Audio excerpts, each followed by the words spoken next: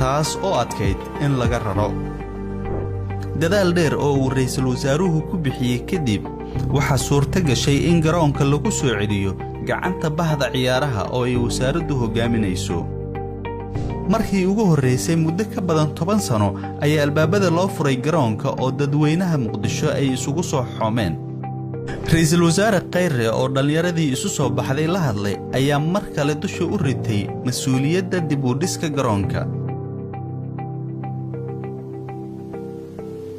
dib u dhiska garoonka maanta waxaa muuqata astaan dawladnimo waxaan rabaa haddii aad sugayseen inay idiin timaado ajnabi idiin dhisa garoonkan inaad iska ilowdaan qof idiin dhisaysa male idinku diyaar muutiin inaad dhisataan halkan ayuu ka bilowday geediga dib u soo celinta bilicda Stadium Muqdisho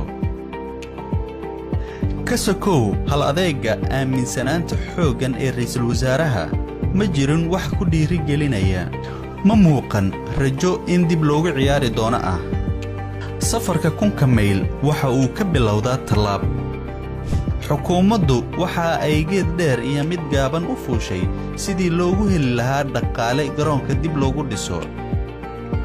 waxay dawladda Soomaaliya caawin ka heshay midowga Yurub iyo dawladda Norway si hawshan loo fuliyo waxa laga bilaabay qaybta kubadda cagta ciyaarta ugu taageerada badan dunida inta ay hawshan socotay caqabad kasta oo soo wajahda ra'iisul wasaaruhu waxa uu si toos ah uga shaqaynayay wasaaradda ciyaaraha iyo dhalinyarada waxa la diyaariyay fadhiyada kala duwan ee taageerayaasha waxa la ballaariyay oo cabirka caalamiga ah la gaarsiiyay garoonka 105 mitir waxa la diyaariyay qaybta orodada waxa la diyaariyay qaybta iftiinka si habeenkii loogu ciyaari karo qolalka nasashada ciyaartoyda ayaa hab heer caalami ah loo diyaariyay iminka Stadium Muqdisho waxa uu u diyaarsan yahay in lagu ciyaaro habeen iyo maalin wajiga labaad ee dhismaha tuulada sportska waxa kamid ah oo durba bilaabanaya dhismaha hotelka martida ee garoonka laba garoon oo kuwa kubadda cagta ciyaartoydu ku tababarato iyo xarunta xiriirka kubadda cagta Soomaaliyeed oo dhismo weyn ku dhex yeelan doonta garoonka dhexdiisa markii ugu horeysay taariikhda dalka